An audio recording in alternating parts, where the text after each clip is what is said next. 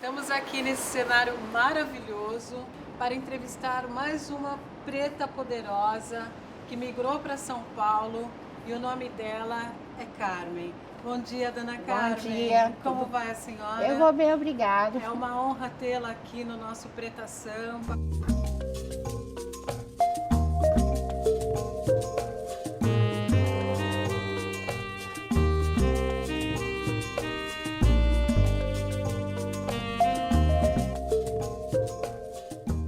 Eu nasci na Bahia, numa cidadezinha chamada Santo Estevão. Com 4 anos eu fui para Salvador.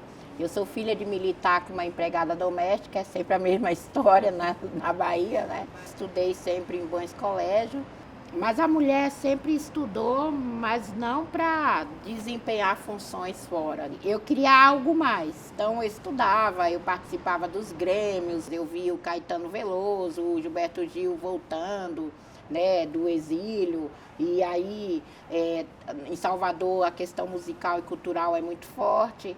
Só que, como filha de militar, mulher, caçula dos 3 irmãos, né, havia também a opressão, que mulher não podia ir em festa, mulher não podia sair, mulher tal, aí eu cometo uma burrada.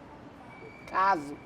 Ah, a senhora casou para ser livre. Para ser livre. Então, dona Carmen, a senhora aos 16 anos decidiu se casar para ser um pouco Decidiu me casar, não, é assim. Tem aquela coisa da mulher não ser virgem, se a mulher transa, já é puta, então tem que casar, é obrigada a casar. É obrigada a É casar. obrigado.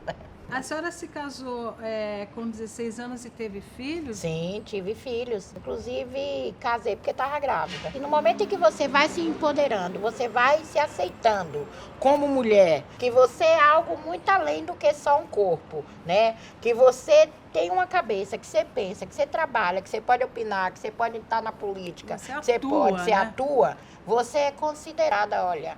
Aquela mulher ali é muito devassa, né? E as próprias mulheres têm esse pensar. E aí eu vou sentindo que tem um apelo dentro de mim, que é um apelo político, mas até então não entendia, né? Até que eu resolvi separar. Sair daquela casa. Sair daquela casa. Com os filhos? Com os Quantos filhos. filhos a senhora tinha? Eu tinha 8. 8. E quando eu saio com os filhos, eu fico... também naquela ida e vinda da dependência. Então, eu decidi vir para São Paulo, porque há um apelo que aqui tem melhores condições de vida, emprego, trabalho. E a senhora trouxe a prole? Não trouxe. Não trouxe Eu, a prole. quando vim, eu vim sozinha, eu deixei meus filhos, todos os meus filhos com o meu pai. Disse a ele, eu estou indo para São Paulo, vou trabalhar lá, eu mando dinheiro, depois eu mando buscar e tal.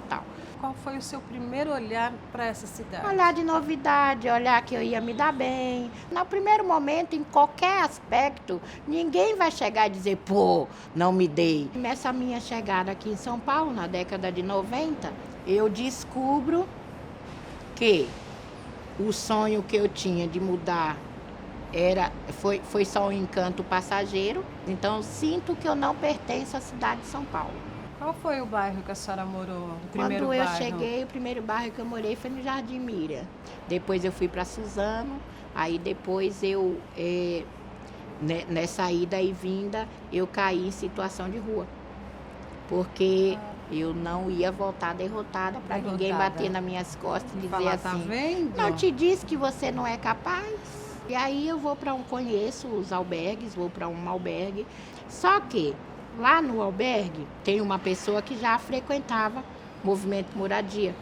Naquela época eram os mutirões da Erondina. Aí eu dizia para ela assim, eu não quero ir nesse lugar, senhora, porque ninguém dá casa a ninguém.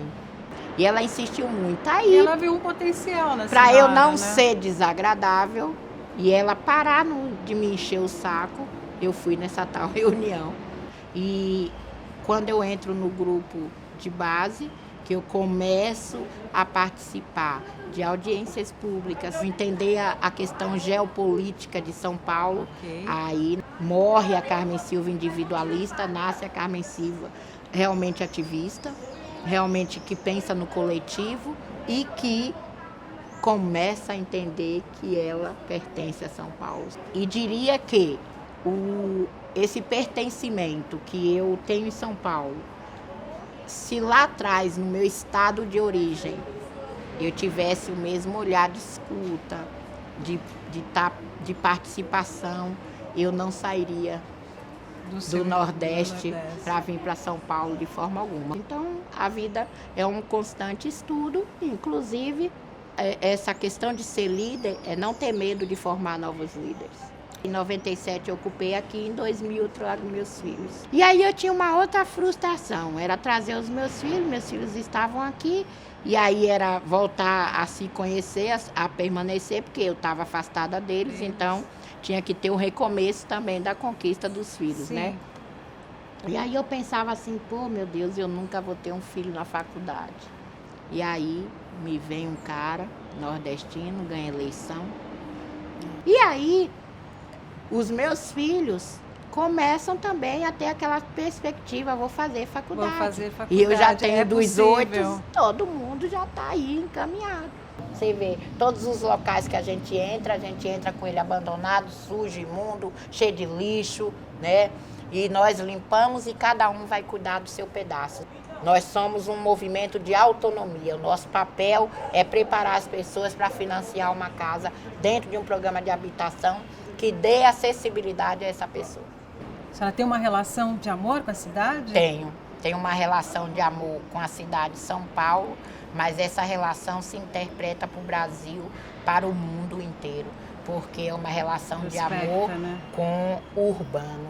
E eu digo que eu tinha que passar por aquele período de rua, que era para ter um entendimento, para quando chegar a hora, a Carmen Silva se tornar uma das líderes do movimento Moradia. Se eu não tivesse chegado até o pó, me aquebrantado, como é que eu poderia me empoderar?